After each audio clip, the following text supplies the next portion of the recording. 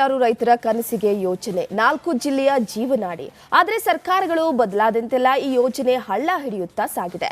ಆದರೆ ಇದೀಗ ಆ ಯೋಜನೆಯ ಬಗ್ಗೆ ಕೇಂದ್ರ ಬಳಿ ಮಾತನಾಡದೆ ಸಿಎಂ ಡಿಕೆಶಿ ವಾಪಸ್ ಆಗಿದ್ದಾರೆ. ಯಾವುದು ಆ ಯೋಜನೆ ಅಂತೀರಾ? ಈ ಸ್ಟೋರಿ ನೋಡಿ.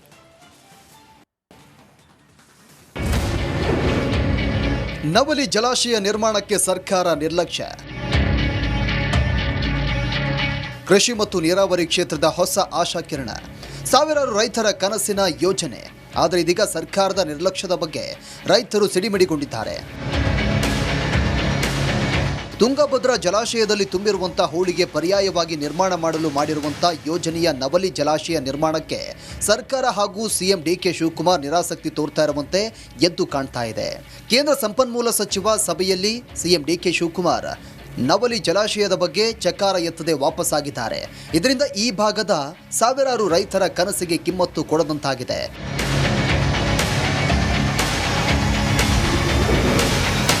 ಏನಿದು ನವಲಿ ಜಲಾಶಯ? 4 ಜಿಲ್ಲೆಯ ಜೀವನಾಡಿ ತುಂಗಭದ್ರಾ ಜಲಾಶಯ 133 ಟಿಎಂಸಿ ಸಾಮರ್ಥ್ಯವನ್ನು ಹೊಂದಿದೆ.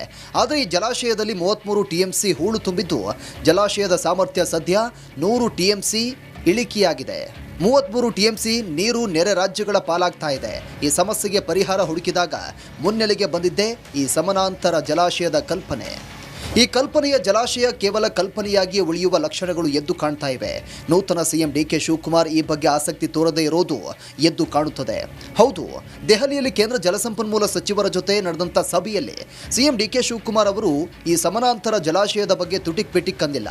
ಇದರಿಂದ ಈ ಭಾಗದ ಸಾವಿರಾರು ಜನ ರೈತರ ಆಶಾ ಭಾವನೆಗೆ ಕೊಳ್ಳಿ ಇಟ್ಟಂತಾಗಿದೆ. ಸಿಎಂ ಡಿಕೆ ಶಿವಕುಮಾರ್ ಅವರ ಈ ನಡೆಯಿಂದ ಈ ಭಾಗದ ರೈತರ ಆಕ್ರೋಶಕ್ಕೆ ಕಾರಣವಾಗಿದೆ.